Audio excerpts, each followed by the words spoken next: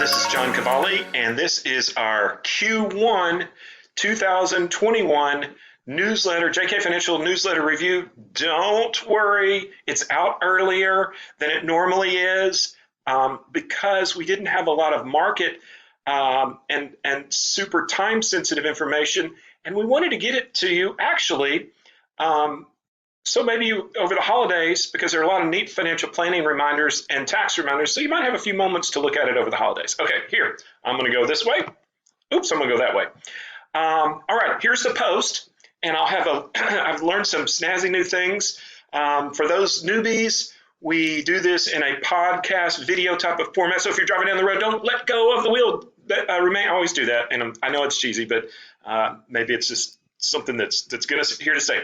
Those of you that are in listen-only mode, basically I am at the post. I've got a snazzy new link and a button to download. So I'm going to download the actual paper copy today, which is Tuesday the 22nd.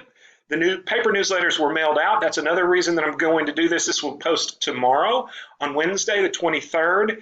But for some reason, the actual paper newsletters, which are written in New York, turned around extremely fast. All right, this isn't going to be super long, but I've got some big bullets, and these are mostly reminders. Again, those of you that are in listen-only mode, I am just scrolling down the newsletter, and the first major point, and this is financial planning, we kept track this year of the number of people that moved, and we had a greater percentage increase in this and one other item. The very next article that I'm going to talk about.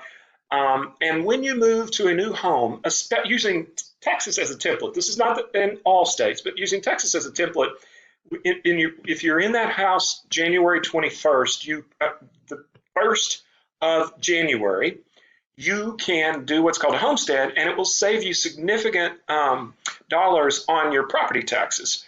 And so I've got a link to here. I've got a link to where this information is. These are cuts from the actual newsletter, but the only thing I wanted to do is just remind everybody, if you moved, and especially those of you that are listening to this that are not clients, check your state listing. We had a lot of folks that don't live in the state of Texas that moved, but we're going to send them a note anyway as a reminder. Okay, moving right along, those of you that are in listen-only mode, I'm going to the second major topic post, estate planning tops our minds. Second, maybe first, in a close second or the first percentage increase that we've had in a year, and it's obvious because of what's going on, we had folks reviewing, redoing, and confirming that their estate planning information is good. First thing, a couple of silly things, and you'll see this in the newsletter, it's not mentioned here. The most important thing is to know where it is. The second important thing is clients, we need a copy of it. We keep that stuff forever. And the basic gist of your estate documents, which I pulled out what I thought was the most important quote from the newsletter, and that is, just because it's been 5 or 7 years doesn't mean that your estate planning information is wrong. But just because it's been 12 months and something has changed, you may need to update it. Reach out to us if you have any questions. Okay, Q4, since this thing is getting out so soon, this newsletter, we really are liking this. This is a reminder, and I've got a link to the publication. Those of you that are listening, I've gone down to the Q4 2020 ES reminder. That's basically your state and federal tax reminder. It was a crazy year. We had a delayed filing, which makes it feel like we just finished doing 2019 taxes, and then here comes 2020. If you got off, you still have a time, or if you think you owe something, you still have time to actually make your payment, which would be by January 15th. Those of you that are able to there is a link to the publication, and there's a link to the actual where the form is as well. One more note, those of you that are just listen only mode, I'm moving on down. One more note, to avoid penalties if you're in an unusual year, there's what's called a safe harbor, and if you pay in 110% of what your federal income tax was in 2019, that will help you avoid taxes. Now, if you get off completely, you may still have some penalties if you don't pay them on a timely manner, but that will help you avoid the majority of them. So, and like I said, there's links there, and there's a picture. Those of you that are in driver mode, there's a picture of the ES form. Okay, retirement. I'm not going to spend a lot of time on this. Retirement contribution levels and Medicare IRMA amounts.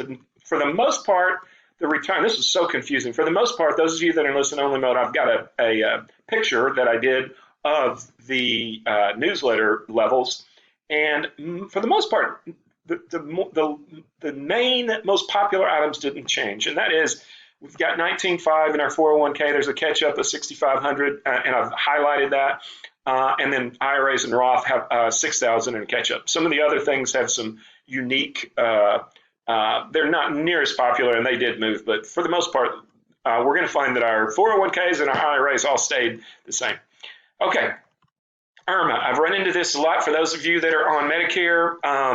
If I'm not going to go over this whole graph from Medicare.gov, but basically, depending on our income level, we have an adjustment up to in our amount that we pay in Medicare in our monthly premium. It can go up to, for a married couple, it could be over $1,000 a month.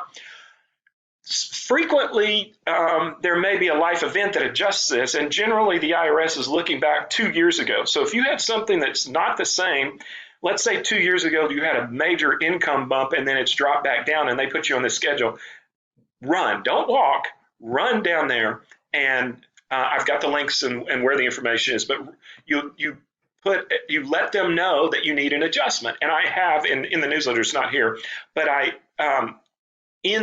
had a lot of good success with them accepting, hey, I did have a one-time bump and now my income has gone down, and they lower the premium. The net effect is they lower you back to wherever you're supposed to be.